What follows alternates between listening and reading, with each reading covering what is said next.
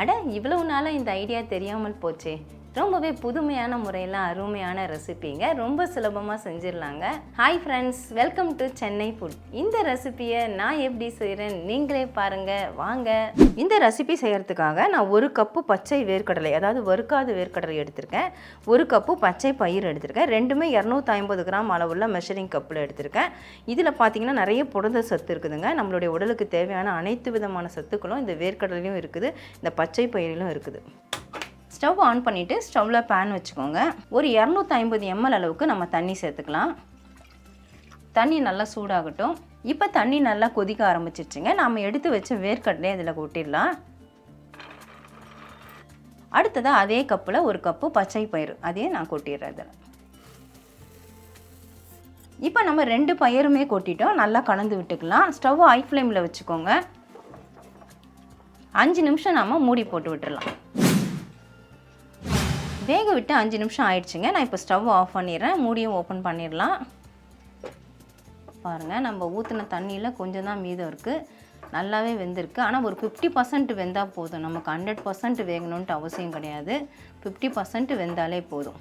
இதை நல்லா ஆற விட்டுடலாம். வேக வச்ச பச்சை பயிரும் வேர்க்கடலையும் பாருங்கள் நல்லாவே தண்ணி வற்றி வெந்திருக்குது. இப்போ சூடும் நல்லா ஆறிடுச்சு. இதை அப்படியே நம்ம மிக்ஸி ஜாருக்கு மாற்றிக்கலாம். அதிகமாக இருக்கிறதுனால நான் 2 பேட்சாக அரைச்சிக்கிறேன். தேவையான அளவு தண்ணி சேர்த்துட்டு நம்ம அரைச்சிக்கலாம். எவ்வளவு நைஸாக அரைக்க முடியுமோ அந்த அளவுக்கு நைஸாக அரைச்சிக்கோங்க. தேவையான அளவு தண்ணி சேர்த்துட்டு நான் அரைச்சி எடுத்துட்டேங்க. நான் கொஞ்சம் கொரகொரப்பாக இருக்கிற மாதிரி தான் அரைச்சிருக்கிறேன்.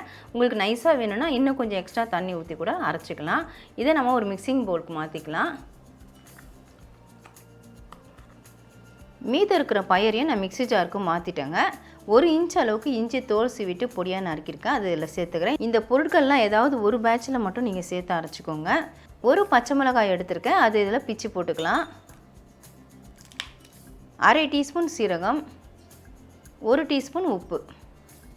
இப்போ தேவையான அளவு தண்ணி சேர்த்துட்டு நம்ம அரைச்சிக்கணும். செகண்ட் பேட்சையும் நான் அரைச்சிட்டேங்க. தேவையான அளவு தண்ணி சேர்த்து கொரகொரப்பாக நான் அரைச்சிருக்கிறேன். இப்போ இதே நம்ம இதில் மாற்றி விட்டுக்கலாம். அரைச்சதை மாற்றி விட்டுட்டேங்க. இப்போ ஜாரில் கொஞ்சமாக தண்ணி சேர்த்து வச்சுருக்கேன். அதையும் இதில் அப்படியே சேர்த்துக்கலாம். இப்போ தேவையான நம்ம மசாலா சேர்த்து விட்டுக்கலாம். கொஞ்சமாக பெருங்காயத்தூள் சேர்த்துக்கிறேன். ஒரு 1/4 டீஸ்பூன் அளவுக்கு சேர்த்துக்கோங்க. 1/2 டீஸ்பூன் அளவுக்கு தனி மிளகாய்த்தூள். நம்ம ஏற்கனவே ஒரு பச்சை மிளகாய் சேர்த்துருக்கோம். கூட காரத்துக்காக நான் சேர்க்குறேன். உங்களுடைய காரத்தை பொறுத்து கூட்டி குறைச்சி சேர்த்துக்கோங்க. உப்பு நம்ம ஏற்கனவே சேர்த்துட்டோம். பத்தலைன்னா நீங்கள் சேர்த்துக்கோங்க. ஒரு பெரிய வெங்காயத்தை பொடியாக சாப் பண்ணி வச்சுருக்கேன். அதை இதில் சேர்த்துக்கிறேன். ஒரு பெரிய கேரட்டை துருவி வச்சுருக்கேன், தோல் நீக்கிட்டு அதையும் இதில் சேர்த்துக்கிறேன். உங்களுக்கு பிடிச்ச வெஜிடபிள்ஸ் எது வேணுனாலும் நீங்கள் சேர்த்துக்கலாம். பொடியாக நறுக்குன கருவேப்பிலை, பொடியாக நறுக்குன கொத்தமல்லி தழை எல்லாத்தையும் சேர்த்துட்டு நல்லா கலந்து விட்டுக்கலாம். நமக்கு தேவைன்னா தண்ணி சேர்த்துக்கலாம். நான் பார்த்தீங்கன்னா எல்லாமே பச்சையாக தான் சேர்த்துருக்கேன். உங்களுக்கு வதக்கி சேர்க்க பிடிக்கும்னா ஒரு தாளிப்பு சேர்த்துட்டு கூட நீங்கள் வதக்கிக்கலாம். கடுகு, உளுத்தம்பருப்பு, கடலைப்பருப்பு எல்லாம் போட்டு ஒரு தாளிப்பு கொடுத்துட்டு அதில் லேசாக வதக்கிட்டு கூட நீங்கள் சேர்த்துக்கலாம். ஆனால் பச்சையாக சேர்த்து செய்கிறதும் டேஸ்ட் ரொம்பவே நல்லாயிருக்கும். தேவையான அளவு தண்ணி சேர்த்துட்டு நல்லா கலந்து விட்டுட்டேங்க. இந்த அளவுக்கு திக்னஸ் இருக்கணும். ரொம்ப தண்ணியாகவும் இருக்கக்கூடாது, ரொம்ப திக்காகவும் இருக்கக்கூடாது. மீடியமாக இருக்கிற மாதிரி பார்த்துக்கோங்க. ஸ்டவ் ஆன் பண்ணிவிட்டு ஸ்டவ்வில் தவா வச்சுருக்கேன். தவா ஹீட் ஆகட்டும். தவா நல்லா ஹீட் ஆகிடுச்சிங்க. நான் நான்ஸ்டிக் தவான்றதுனால எண்ணெய் எதுவும் தேய்க்கல. இரும்பு தவா பயன்படுத்திங்கன்னா எண்ணெய் தேய்ச்சிக்கோங்க. இப்போ இதுலேருந்து நம்ம ஒரு கரண்டி எடுத்து இதில் ஊற்றிக்கலாம். உங்களுக்கு சின்னதாக வேணுன்னா சின்னதாக செஞ்சுக்கலாம், பெருசாக வேணுனாலும் கொஞ்சம் பெருசாக செஞ்சுக்கலாம். நான் மீடியமாக அகட்டி விடுறேன். இந்த மாதிரி மெலிசாவே தேய்க்கிறேன் நான். இப்படி தேய்ச்சதுக்கு அப்புறமா சுற்றிலும் எண்ணெய் ஊற்றிக்கலாம். ஸ்டவ் ஹை ஃப்ளேம்லேயே வச்சுக்கோங்க.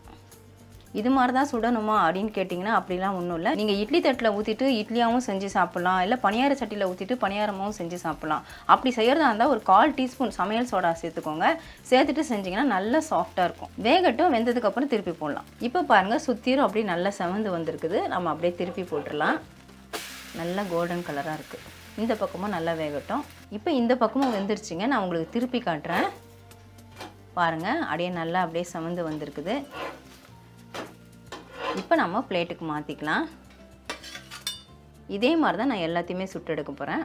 அவ்வளவுதான் ஃப்ரெண்ட்ஸ், வேர்க்கடலையும் பச்சை பயிரும் வச்சு ரொம்பவே அருமையான ஹெல்த்தியான அடை தோசை நம்ம தயார் பண்ணிட்டோம். இதில் நிறைய வெங்காயம், வெஜிடபிள்ஸ் இதெல்லாமே நம்ம சேர்த்துருக்கோம். நான் சொன்ன மாதிரி இட்லியாகவும் செஞ்சு சாப்பிட்லாம், பணியார சட்டியில் ஊற்றி பணியாரமாகவும் நம்ம செஞ்சு சாப்பிட்லாம். இதுக்கு சைட் டிஷ் வச்சு சாப்பிடணுன்ற அவசியமே கிடையாது. இதுக்கு தேவையான காரம், வெஜிடபிள்ஸ் எல்லாமே நம்ம ஆட் பண்ணியிருக்கிறதுனால அப்படியே சாப்பிட்லாம். ஆனால் சைட் டிஷ் வேணும் அப்படின்னு நினைக்கிறவங்க சட்னி, சாம்பார் இந்த மாதிரி எது வேணாலும் வச்சு சாப்பிட்லாம். இப்போ நான் தோசையை தட்டில் வச்சுருக்கேன் பாருங்கள். ஒவ்வொரு தோசையும் நல்லா மெலிசாக சுட்டு எடுத்துருக்காங்க. ஆனால் சாஃப்டாக இருக்குது பாருங்கள், அப்படி தூக்கும் போதே புண்டு வருது, அந்த அளவுக்கு சாஃப்டாக இருக்குது.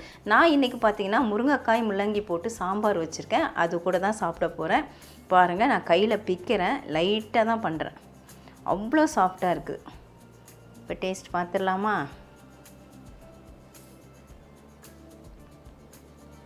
டேஸ்ட் ரொம்பவே சூப்பராக இருக்குதுங்க. நான் சாம்பாரோடு வச்சு சாப்பிட்டேன். நாம் சேர்த்த உப்பு, காரம் எல்லாமே கரெக்டாக இருக்குது. சேர்த்த வெஜிடபிள்ஸும் அளவுகளும் எல்லாமே கரெக்டாக இருக்குதுங்க. வீட்டில் இட்லி தோசை மாவு இல்லைன்னு நம்ம கவலையே பட வேண்டாம். சட்டுன்னு இந்த மாதிரி ரெடி பண்ணிடலாம். நீங்கள் கேட்பீங்க எதுக்காக வேக வச்சுட்டு நீங்கள் செஞ்சீங்கன்னு சொல்லிட்டு. நம்ம வேக வச்சு செய்யலைன்னா கிட்டத்தட்ட 4 மணி நேரத்துலேருந்து 5 மணி நேரம் நம்ம ஊற விட வேண்டியிருக்கும். திடீர்னு இன்ஸ்டண்ட்டாக நம்ம செய்யணும் அப்படின்னு நினச்சோம்னா இந்த மாதிரி ஒரு 5 நிமிஷம் நம்ம ஹை ஃப்ளேமில் வச்சு வேக வச்சாலே போகிறோங்க. 50% அது வெந்துடும். அதுக்கப்புறம் நம்ம அரைச்சி செய்யும் பொழுது டேஸ்ட்டும் ரொம்பவே நல்லாயிருக்கும். அந்த அடை தோசையும் ரொம்ப ரொம்ப சாஃப்டாக இருக்கும். இது வரைக்கும் நீங்கள் ட்ரை பண்ணனா கண்டிப்பாக ட்ரை பண்ணி பாருங்கள் ஃப்ரெண்ட்ஸ். ட்ரை பண்ணி பார்த்துட்டு எப்படி இருந்து எனக்கு கமெண்ட் பண்ணுங்கள். மறக்காமல் நம்ம சேனலை சப்ஸ்கிரைப் பண்ணிக்கோங்க, லைக் அண்ட் ஷேர் பண்ணுங்கள். இதோட இந்த வீடியோவை நான் முடிச்சுக்கிறேன். மறுபடியும் இன்னொரு வீடியோவில் உங்களை சந்திக்கிறேன். By guys. Bye bye.